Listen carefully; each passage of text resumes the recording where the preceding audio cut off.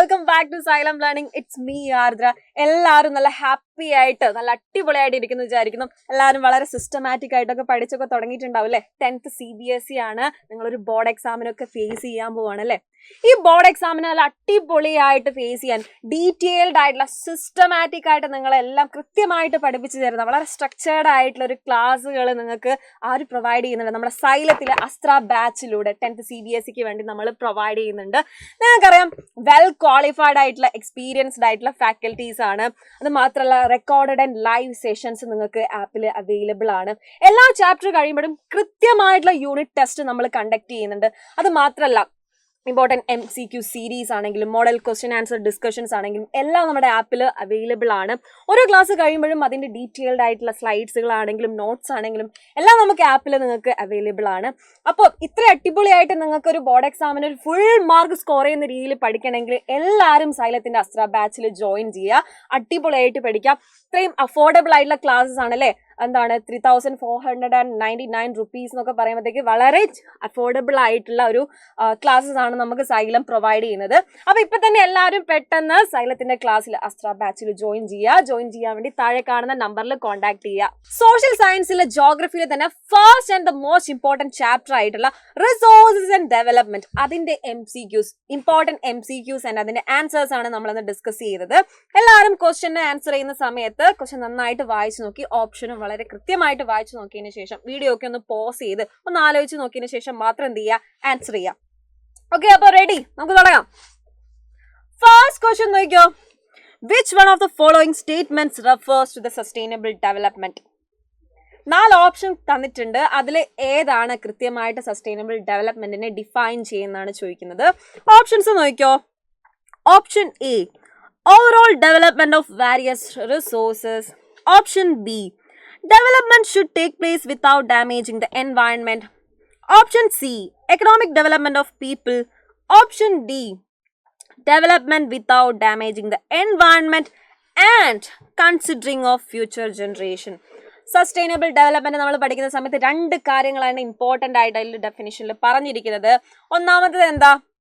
Development activities എന്ന് പറയുന്നത് എൻവയൺമെന്റിന് ഒരു തരത്തിലുള്ള ഡാമേജും ഉണ്ടാക്കാൻ പാടില്ല എന്ന് പറഞ്ഞിട്ടുണ്ടായി. രണ്ടാമത്തെ എന്തായിരുന്നു?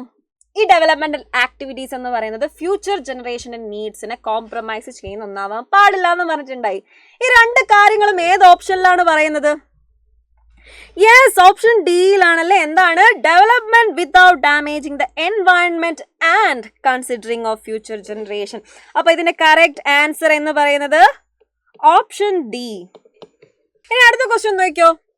From which 5-year plan has India made efforts for achieving the goals of resource planning? Options എന്തൊക്കെയാ? ഫസ്റ്റ് 5-year plan ആണോ? Fifth 5-year plan, annual plans, 10th 5-year plan? അതിലേതാ കറക്റ്റ് ആൻസർ എന്ന് പറയുന്നത്? ഏതാ? Yes, it is first 5-year plan അല്ലെ. First 5-year പ്ലാനിലാണ് നമ്മൾ ഇന്ത്യയിലെ റിസോഴ്സ് പ്ലാനിങ്ങിന് വേണ്ടിയിട്ടുള്ള എഫേർട്സ് എടുത്തിട്ടുള്ളത്. അപ്പൊ കറക്റ്റ് ആൻസർ എന്ന് പറയുന്നത് ഫസ്റ്റ് 5-year plan ആണ്. ഇനി അടുത്ത question. Which of the following is a root cause for resource depletion at global level according to Gandhiji? Gandhiji എന്തായിരുന്നു പറഞ്ഞത്? എന്ത് കാരണമായിരുന്നു, അല്ലെങ്കിൽ എന്തായിരുന്നു root cause of resource depletion എന്ന് ഗാന്ധിജി പറഞ്ഞത്? ഓപ്ഷൻസ് നോക്കിയോ. Conservation of resources, use of resources, greedy and selfish individuals and exploitative nature of modern technology, backward technology. ഇതിലേതാ?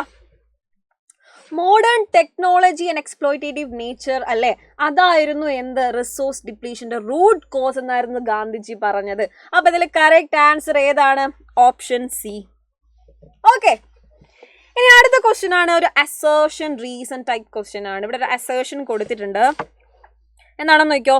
Rich resource in colonies were the main attraction for the foreign invaders എന്നാണ് പറഞ്ഞത്. അതായത് for example, Britishers ഇന്ത്യനെ inward ചെയ്തിരിക്കുന്നത് നമ്മുടെ resources കണ്ടിട്ടായിരുന്നു. അങ്ങനെയൊക്കെയാണ് ഈ assertion പറയുന്നത്. എന്താണ്? Rich resources in colonies were the main attractions for the foreign invaders. അത് റീസൺ എന്താ പറഞ്ഞതെന്ന് നോക്കിയോ. Foreign invaders exploited these resources through better technologies and earned wealth through this trade. അതായത് ഇവരെന്ത് ചെയ്തു? ഇവർ നമ്മുടെ കൺട്രിയിൽ വന്നിട്ട് നമ്മുടെ റിസോഴ്സസ്, അവരുടെ ടെക്നോളജിയും നല്ല സ്കിൽസ് ഒക്കെ യൂസ് ചെയ്ത് നമ്മുടെ റിസോഴ്സസ് കൊണ്ട് അവരെന്തായി? അവർ റിച്ച് ആയി അല്ലേ, അവർ വെൽത്തി ആയി. നമ്മൾ എക്സ്പ്ലോയിറ്റ് ചെയ്തു ഈ റിസോഴ്സസ്. എന്നിട്ട് അവരെന്ത് ചെയ്തു? അവരൊരു വെൽത്തി നാഷനായിട്ട് മാറി എന്നാണ് റീസണിൽ കൊടുത്തിരിക്കുന്നത്. ഇത് കറക്റ്റ് ആണോ എന്നാണ് നമ്മളോട് ചോദിക്കുന്നത്. ഈ അസേർഷൻ റീസൺ കറക്റ്റ് ആണോ? ഓപ്ഷൻസ് നോക്കിയോ. A, both A and R are true and R is the correct explanation of A. Option B, both A and R are true but R is not the correct explanation of A. A is true but R is false. A is false but R is true. ഇതിൽ ഏതായിരിക്കും? Yes, both A and R are true and R is the correct explanation of A. ഇത് രണ്ടും എന്താണ്? Correct ആയിട്ടുള്ള statement ആണ്. And ഇതിന്റെ ഈ അസേർഷന്റെ reason ആണ് എന്ത്? ഇത്. ഓക്കെ, അപ്പൊ റൈറ്റ് ആൻസർ ഏതാണ്? Right answer is option A. Ready? ഇനി അടുത്ത ക്വസ്റ്റ്യൻ നോക്കിയോ. Land that is left uncultivated for more than 5 agricultural years is called what? Options നോക്കിയോ. A, pasture land. B, cultivable wasteland. Then C, barren land. പിന്നെ ഏതാ? Option D, current fallow land. ഇതിൽ ഏതായിരിക്കും? നമ്മൾ പഠിച്ചിട്ടുണ്ട് എന്താണ്? 5 അഗ്രികൾച്ചറൽ ഇയർ അതിൽ കൂടുതൽ നമ്മൾ എന്ത് ചെയ്യാണ്?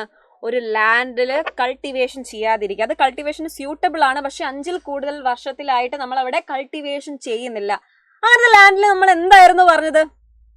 ആ ലാൻഡ് എന്ത് പേരിലാണ് അറിയപ്പെട്ടത്? ഈ ഓപ്ഷൻസ് ഒന്ന് വായിച്ചു നോക്കിയേ. പാസ്ചർ ലാൻഡ് ആണോ? അല്ല. ബാരൻ ലാൻഡ് ആണോ? അല്ല. മാറിപ്പോരുത്. ബാരൻ ലാൻഡ് അല്ല. കറന്റ് ഫാലോ ലാൻഡ് ആണോ? അല്ല. എന്താണ്? 5-ൽ കൂടുതൽ അഗ്രികൾച്ചറൽ ഇയറിൽ നമ്മളൊരു ലാൻഡിൽ കൾട്ടിവേഷൻ ചെയ്യുന്നില്ലെങ്കിൽ അതിന് നമ്മൾ എന്താ വിളിക്കുന്നത്? കൾച്ചറബിൾ വേസ്റ്റ് ലാൻഡ് ആണ്. ഓക്കെ, അപ്പൊ കറക്റ്റ് ആൻസർ ഏതാണ്? Option B, culturable waste land. Okay, ready? ഇനി അടുത്ത ക്വസ്റ്റ്യൻ നോക്കിയോ. What is arrangement of soil in different layers or horizons known as? എന്താണ്? അതിനെന്തായിരുന്നു പറഞ്ഞത്? നമ്മൾ പഠിച്ചിട്ടുണ്ടായി. സോയിൽ കോമ്പോസിഷൻ ആണോ? അല്ല. സോയിൽ ഇറോഷൻ ആണോ? അല്ല. സോയിൽ ടെക്സ്ചർ ആണോ? അല്ല. പക്ഷെ എന്തായിരുന്നു? സോയിൽ പ്രൊഫൈൽ ആയിരുന്നല്ലേ നമ്മൾ പറഞ്ഞത്. നമ്മൾ പറഞ്ഞിട്ടുണ്ടായി നമ്മൾ ഈ ലെയർ ആയിട്ട് എന്ത് ചെയ്യും? നമുക്ക് മണ്ണൊക്കെ ഇങ്ങനെ കുഴിച്ച് നോക്കിയാൽ ഒരു കേക്ക് ഒക്കെ പോലെ നമുക്ക് ലെയർ ആയിട്ട് ഇങ്ങനെ കാണാം. മുകളിൽ ടോപ്പ് സോയിലാണ്, അതിൻ്റെ അടിയിൽ സബ് സോയിലാണ്, അതിൻ്റെയും അടിയിൽ സബ്സ്ട്രാറ്റം ആണ്, അതിൻ്റെയും അടിയിൽ പാരന്റ് ബെഡ് റോക്ക് ഒക്കെ ഉണ്ടെന്ന് നമ്മൾ പറഞ്ഞിട്ടുണ്ടായി അല്ലേ? അതെന്താണെടാ? അതാണ് സോയിൽ പ്രൊഫൈൽ. ഓക്കെ, അപ്പൊ കറക്റ്റ് ആൻസർ എന്താണ്?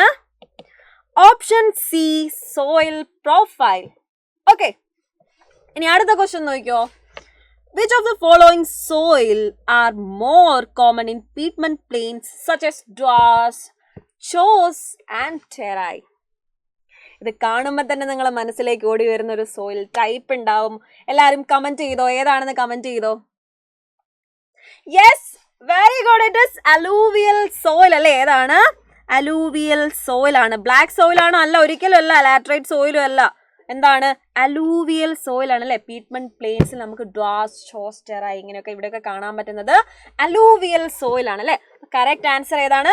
Option B, alluvial soil. Ready? ഇനി അടുത്ത ക്വസ്റ്റ്യൻ നോക്കിയോ. Which type of soil develops due to high temperature and evaporation? എന്താണ്? ഏത് ടൈപ്പ് ഓഫ് സോയിൽ ആണ്? ഓപ്ഷൻ വായിച്ച് ഇതും ഒരു ടൈപ്പ് ഓഫ് സോയിലിനെ പറ്റിയില്ലേ? സോയിൽ ടൈപ്പ് നമ്മൾ ഡിസ്കസ് ചെയ്തിട്ടുണ്ട്. അതിൽ വരുന്ന ഒരു MCQ ആണ്. ആ ഒരു ഏരിയയിൽ നിന്ന് ചോദിച്ചു കണ്ടിട്ടുള്ള, പ്രീവിയസ് ഇയറിലൊക്കെ ഒരുപാട് ചോദിച്ചു കണ്ടിട്ടുള്ള ഒരു MCQ ആണ്. ഓപ്ഷൻസ് നോക്കിക്കോ. Option A, arid soil. Option B, forest soil. Option C, black soil. Option D, red soil. ഏതാണ്? ഹൈ ടെമ്പറേച്ചർ അല്ലെങ്കിൽ ഇവാപറേഷൻ്റെ ഒക്കെ ഭാഗമായിട്ട് ഉണ്ടാവുന്ന ഫോം ചെയ്യുന്ന സോയിൽ എന്ന് പറയുന്നത് it is arid soil. Okay, ഏതാണ് കറക്റ്റ് ആൻസർ എന്ന് പറയുന്നത്? ആരിഡ് സോയിൽ ആണ്. Option A, arid soil. Ready? Okay, ഇനി അടുത്ത ക്വസ്റ്റ്യൻ നോക്കിയ ഒരു ഇമ്പോർട്ടൻറ്റ് ക്വസ്റ്റ്യൻ ആണ്. ഇത് റിപ്പീറ്റഡ് ആയിട്ട് ചോദിച്ചു കണ്ടിട്ടുണ്ട്. Ploughing along the contour lines to decelerate the flow of water down the slope is called what? Options നോക്കിയോ. A, strip cropping ആണോ? അല്ല. B, sheet erosion. D, terrace cultivation. Contour plowing. എടാ, contour ploughing, ആ ഒരു എന്താണ് ploughing along the contour lines എന്ന് കണ്ടു കഴിഞ്ഞാൽ നിങ്ങളെ മനസ്സിലേക്ക് ആദ്യം ഓടി വരേണ്ടത് ആരാ? കോണ്ടൂർ പ്ലോയിങ് ആണ്. ഓക്കെ, അപ്പൊ കറക്റ്റ് ആൻസർ എന്ന് പറയുന്നത് എന്താണ്? കോണ്ടൂർ പ്ലോയിങ് ആണ് അല്ലേ? Option C, contour ploughing. നമ്മുടെ first chapter resource and development ചോദിക്കാൻ സാധ്യതയുള്ള ഒരുപാട് ചാൻസ് ഉള്ള 10 ഇമ്പോർട്ടന്റ് MCQs ആണ് നമ്മളിന്ന് ഡിസ്കസ് ചെയ്തിട്ടുള്ളത്. എല്ലാവരും അടിപൊളിയായിട്ട് പഠിക്കാൻ. നിങ്ങൾക്ക് ബോർഡ് എക്സാമിന് തീർച്ചയായിട്ടും ഈ ചാപ്റ്ററിന് ചോദിച്ചു കഴിഞ്ഞാൽ എല്ലാവർക്കും ഫുൾ മാർക്ക് നമ്മൾ എന്ത് ചെയ്യാൻ പറ്റും? സ്കോർ ചെയ്യാൻ പറ്റുന്ന രീതിയിലുള്ള ക്വസ്റ്റ്യൻസ് ആണ് നമ്മൾ ഡിസ്കസ് ചെയ്തിട്ടുള്ളത്. എല്ലാവരും നല്ല അടിപൊളിയായിട്ട് പഠിക്കുക. ബൈ.